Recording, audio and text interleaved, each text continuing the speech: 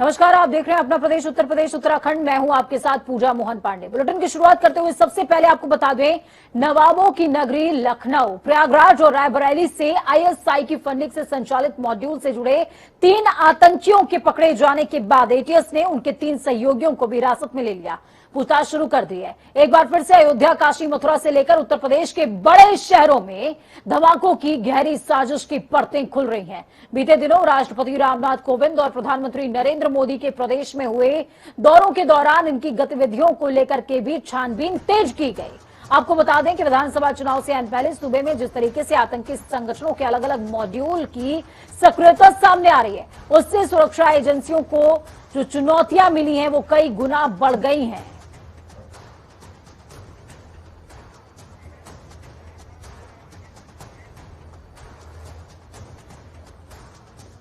चलिए ground zero का रुख करते हैं। हमारे साथ में प्रयागराज से आनंद राज जुड़े हुए हैं, रायबरेली से आफ्ताब खान और बहराइच से दिवाकर पांडे ग्राउंड जीरो से मौजूद हैं। सबसे पहले रुख करेंगे प्रयागराज का। आनंद राज हमारे साथ में मौजूद है। आनंद राज, क्या कुछ अपडेट है ग्राउंड जीरो से? प्रयागराज में पहली बार ऐसा मामला आया है जब कोई आतंकी पकड़ा गया है।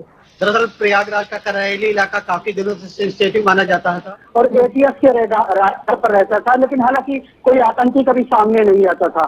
लेकिन प्रयागराज में पहली बार है कि कुंभ नगरी है, यहाँ पर बड़ा आयोजन होता है।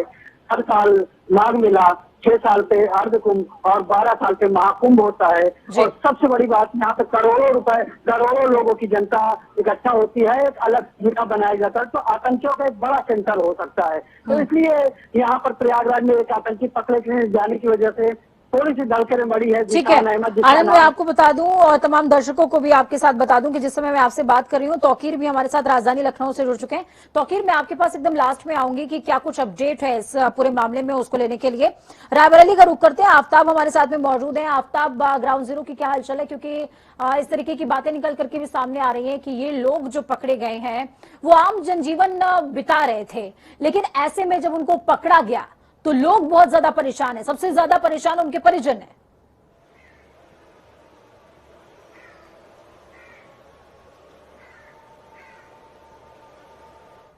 हो सकती है रात में अचानक में जो एटीएस, तो पूरे ग्रामीण एरिया में अफरा तफरी मच गई और पूरे शहर में ही चाहिए कि पूरे शहर में अफरा तफरी मच गई।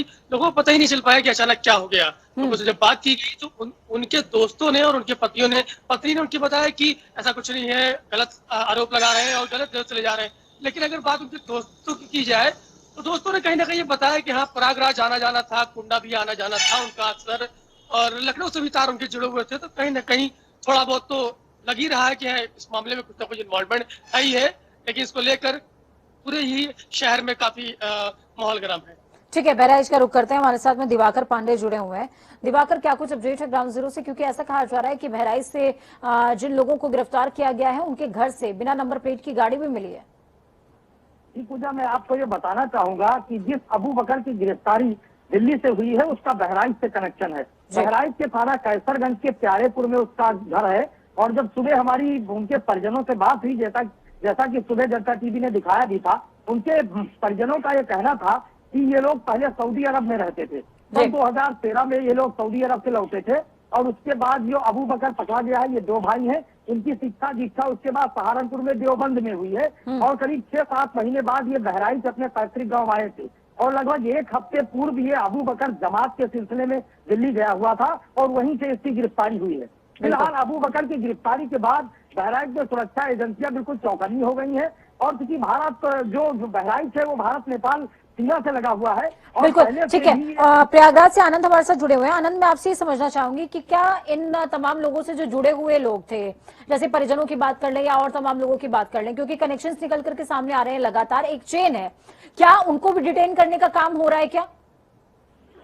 देखिए, प्रयागराज में एटीएस ने जब ये छापेमारी की तो छापेमारी एक बात सामने आई थी कि जितने भी सेंसिटिव इलाके हैं, जैसे करैली हो गया और जिशान अहमद की निशानदेही पर कई जगह छापेमारी की गई। खासकर कई एक मस्जिद है उसमें भी छापेमारी गई, मौलाना साहब को भी उनके घर पे भी गई पुलिस और एटीएस की टीम।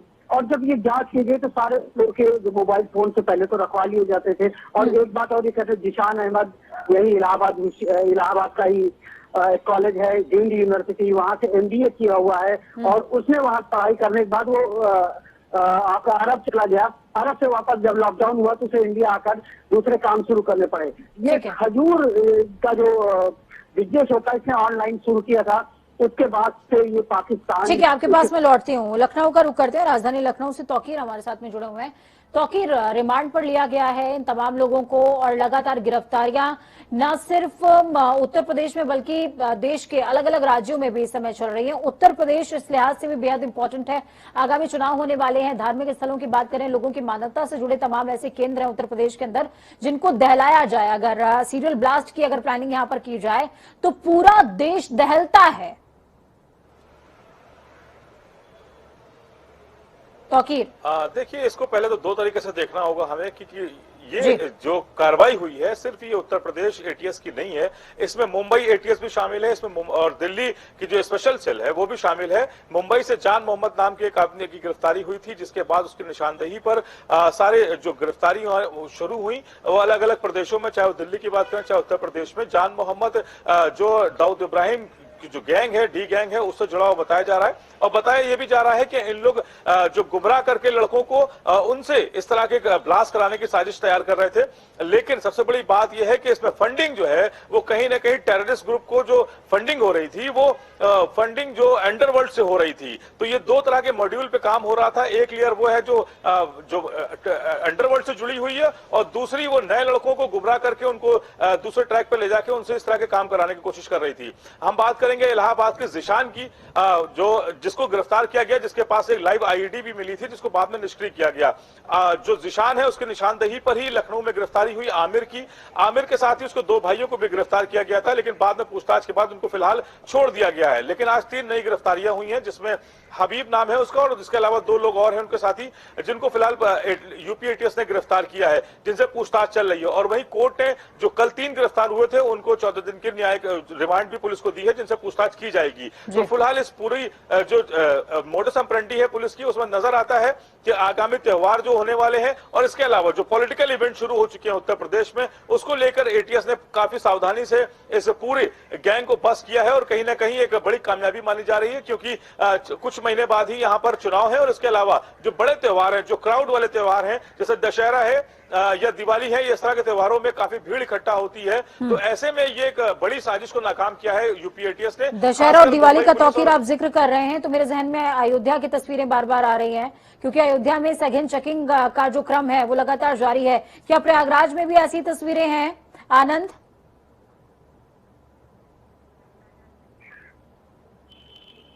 अलर्ट हो गया, हर चौक जितने भी चौराहे हैं, बस अड्डे हैं और आपका रेलवे स्टेशन, सभी जगह सघन चेकिंग की जा रही है।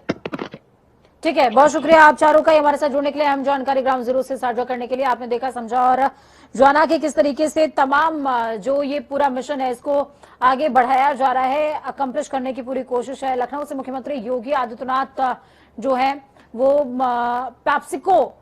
पेप्सी प्लांट का उद्घाटन कर रहे हैं। पेप्सी के मथुरा प्लांट का उद्घाटन मुख्यमंत्री कर रहे हैं। CM ने वर्चुअली माध्यम से उद्घाटन किया है, तस्वीरें भी आपको हम दिखा रहे हैं।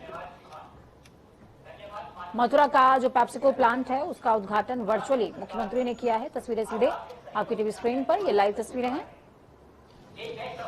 CM योगी इस पूरे कार्यक्रम में मौजूद। कार्यक्रम कहां से संचालित हो रहा है? कार्यक्रम 5KD यानी कि 5 कालिदास मार्ग मुख्यमंत्री आवास से।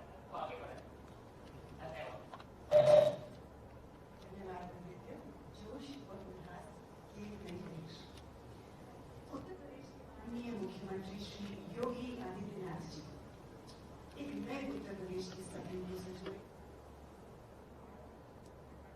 तो इस बीच एक बड़ी और दुखद खबर सामने आ रही है। संघ कार्यालय के प्रमुख राम हेतु का निधन हो गया है। हृदय गति रोकने की वजह से इनका निधन हुआ है। संघ कार्यालय से जुड़े हुए थे प्रमुख राम हेतु जी। निधन के बाद संघ कार्यालय पर लोगों की भीड़ भी जमा हो रही है। लखनऊ से बेहद दुखद खबर सामने आ रही है, जहां पर संघ कार्यालय से जुड़े प्रमुख राम हेतु इनका निधन हो गया है। हार्ट अटैक वजह बताई जा रही है।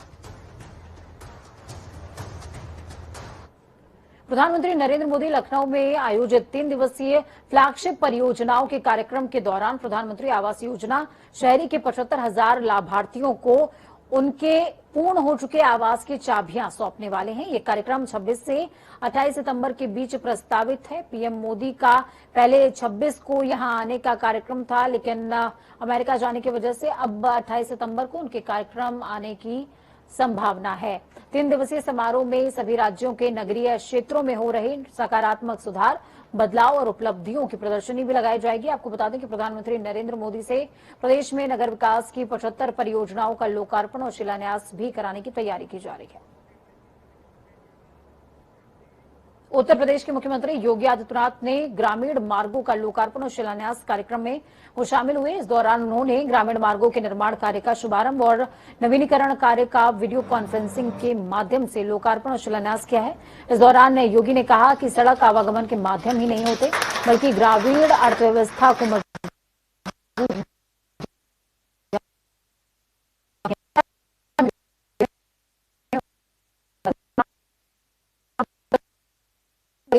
नवीनीकरण कार्य का वीडियो कॉन्फ्रेंसिंग के माध्यम से लोकार्पण और शिलान्यास किया है।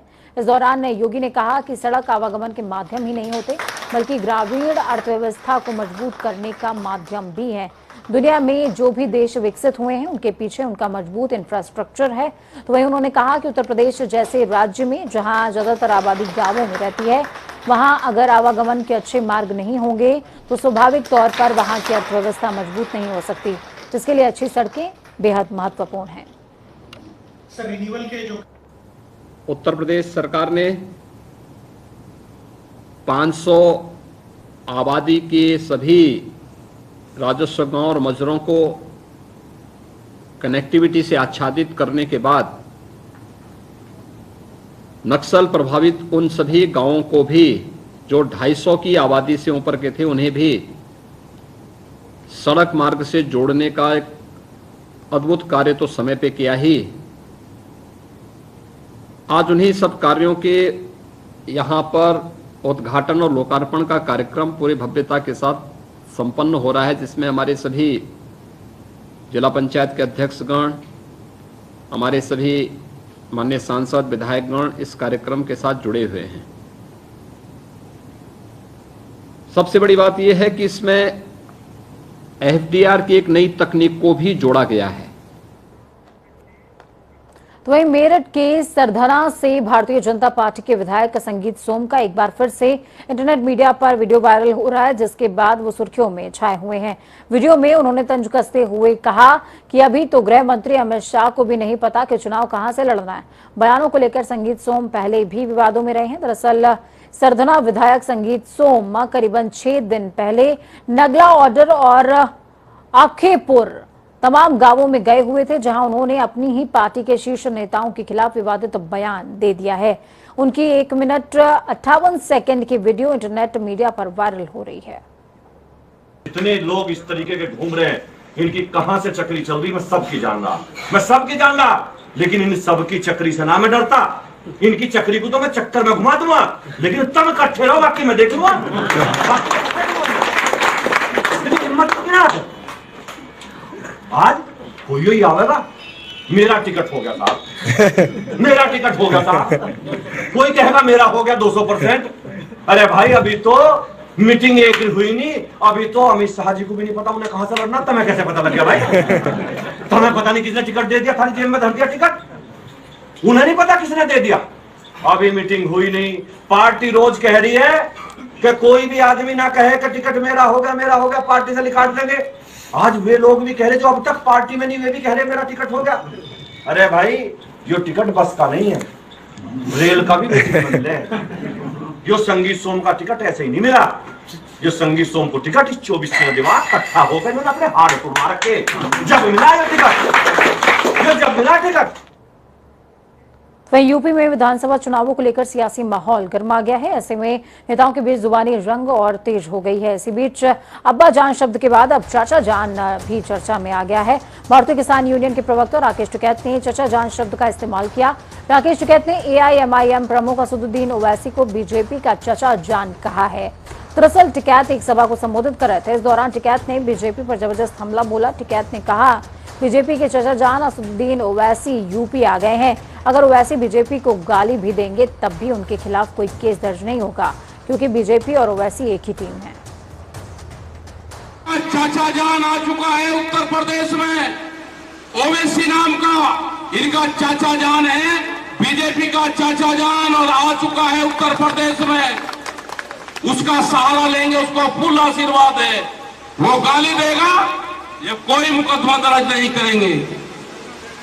वो कुछ भी कहेगा, इनका चाचा जान है, बुला कर बहुत मन्नत के बाद में आ चुका है वो यहाँ पे, वो बर्बाद करेगा इस किसानों को यहाँ से। ये सब ए और बी टीम है, इनकी चाल समझने की जरूरत है आपको।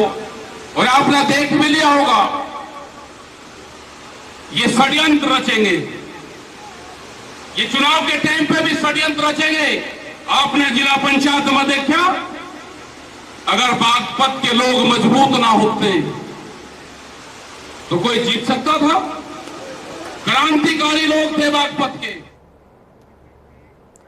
तो उत्तराखंड के लिए आज बेहद खुशी का दिन है, क्योंकि देहरादून में भारतीय सेना से retired lieutenant general Gurmeet Singh ने उत्तराखंड के 8वें राज्यपाल के तौर पर आज शपथ ग्रहण कर ली है। एक औपचारिक समारोह के दौरान राजभवन में शपथ ग्रहण के दौरान उत्तराखंड के मुख्यमंत्री पुष्कर सिंह धामी और उनकी कैबिनेट के प्रमुख सदस्य भी मौजूद रहे। राजभवन में हुए शपथ ग्रहण कार्यक्रम में मुख्य न्यायाधीश राघवेंद्र सिंह चौहान ने राज्यपाल को शपथ दिलाई है और मुख्य सचिव SS संधू ने राज्यपाल का नियुक्ति पत्र पढ़ा है। समारोह में मुख्यमंत्री पुष्कर सिंह धामी, मंत्रिमंडल के अन्य सदस्य और आला अधिकारी, सेवानिवृत्त सैन्य अधिकारी भी मौजूद रहे।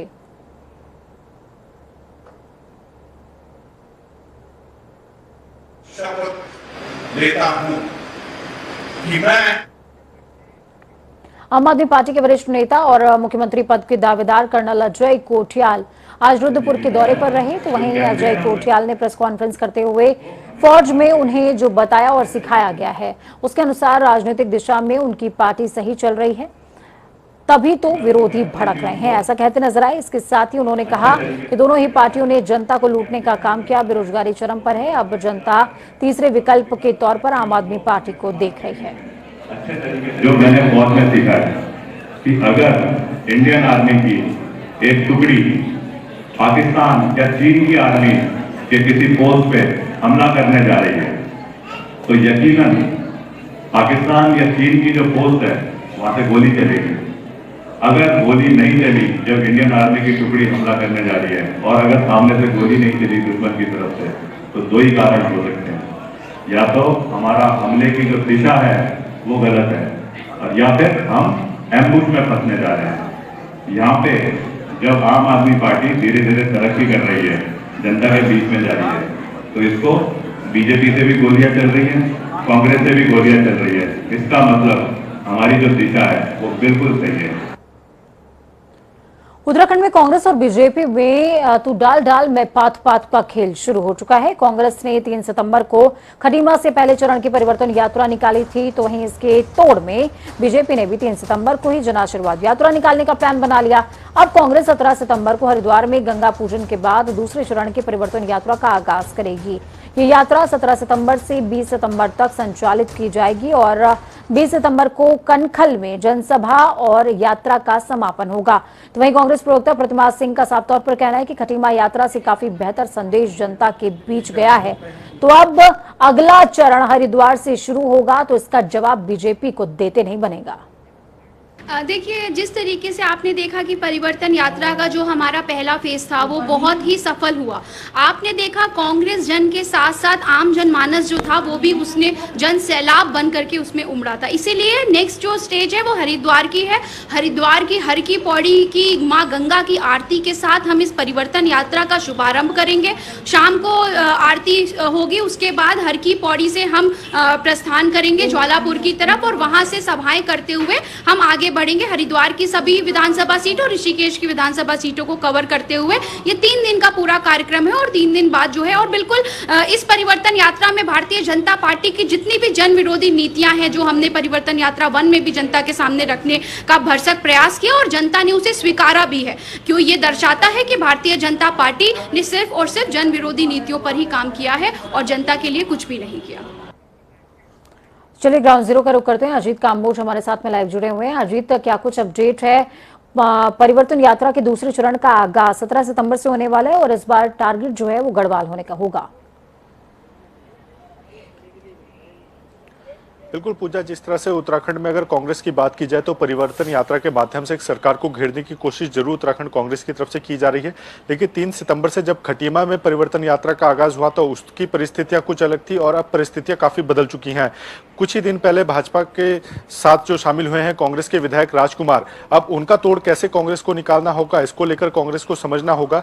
जब 17 सितंबर में हरिद्वार से जो परिवर्तन यात्रा का आगाज होगा उसमें आप जनता के बीच जाएंगे कि तो जनता को कैसे आप संतुष्ट करेंगे कि कांग्रेस पूरी तरह से एकजुट है, सभी विधायक एकजुट है और जनता के बीच जब चुनावी माहौल में आप जा रहे हैं तो कैसे आप जनता को अपने साथ लेकर चलेंगे। तो माहौल काफी बदलाव होगा। हालांकि जो कांग्रेस की तरफ से तैयारियां की जा रही हैं, 17 सितंबर से गंगा पूजन के साथ यात्रा का आगाज होना है हरिद्वार जनपद से और 3 दिनों तक हरिद्वार के सभी विधानसभा क्षेत्रों में जो परिवर्तन यात्रा है वो घूमेगी और जो समापन होगा वो कनखल में होगा। तो कुल मिलाकर परिस्थितियां काफी बदली होंगी। जो पहला चरण था परिवर्तन यात्रा का वो अलग था और जब द्वितीय चरण अब शुरू हो रहा है 17 सितंबर से तो इसकी परिस्थितियां काफी बदली हुई होंगी। जी बिल्कुल, परिस्थितियां काफी ज्यादा बदली होंगी, लेकिन पिछली बार क्लैश हुआ था यात्राओं में। जन आशीर्वाद यात्रा और परिवर्तन यात्रा आपस में टकराई थी। क्या इस बार भी ऐसी ही कोई प्लानिंग बीजेपी की तरफ से हो सकती है? देखो पूजा, अगर बीजेपी की बात की जाए तो बीजेपी इस दौर में कोई यात्रा करने के मूड में नहीं है। हालांकि जो चुनाव प्रभारी नियुक्त किए हैं भाजपा हाईकमान की तरफ से उनका दौरा जरूर प्रस्तावित किया गया है और 2 दिनों तक वो उत्तराखंड प्रदेश में यहाँ पर तमाम बैठकों में शामिल होंगे। तो कोई बड़ी रैली या यात्रा भाजपा की तरफ से उत्तराखंड प्रदेश में फिलहाल नहीं होने जा रही है। कांग्रेस को पूरा प्लान मिलेगा, पूरा समय मिलेगा अपनी बातों को जनता तक पहुंचाने का और हरिद्वार जनपद में जब वो 17 सितंबर से अपनी यात्रा का संचालन करेंगे तो 3 दिनों तक उनके खिलाफ बीजेपी कोई मोर्चा या कोई यात्रा नहीं संचालित करने जा रही है। लेकिन कांग्रेस को खुद जनता को संतुष्ट करना होगा कि क्यों आखिर आपके विधायक आपको छोड़कर बीजेपी का दामन थाम चुके हैं। तमाम नेताओं की अटकलें चल रही है कि वो जल्द ही बीजेपी में शामिल हो सकते हैं। आप परिवर्तन लाने की बात जरूर कर रहे हैं, लेकिन जब आपके ही लोग, आपके ही विधायक एकजुट नहीं है तो आप जनता के बीच जाकर कैसे आप यहाँ पर परिवर्तन ला सकते हैं। तो तमाम ऐसी सिचुएशन होगी जिसको हैंडल करना होगा शीर्ष नेतृत्व को कांग्रेस के, और अभी उनके आगे क्या कुछ अटकलें हैं, क्या कुछ उनका मंथन चल रहा है, इसका भी इंतजार चल रहा है। ठीक है, बहुत शुक्रिया अजीत हमारे साथ जुड़ने के लिए, हम जानकारी ग्राउंड जीरो से साझा करने के लिए। तो वक्त यहाँ पर छोटे से ब्रेक का होगा। ब्रेक के उस पार खबरों का सफर लगातार जारी रहेगा। बने रहिए जनता टीवी के साथ, क्योंकि हमें आपकी ताकत, अपना और अपनों का बहुत ज्यादा ख्याल रखिए।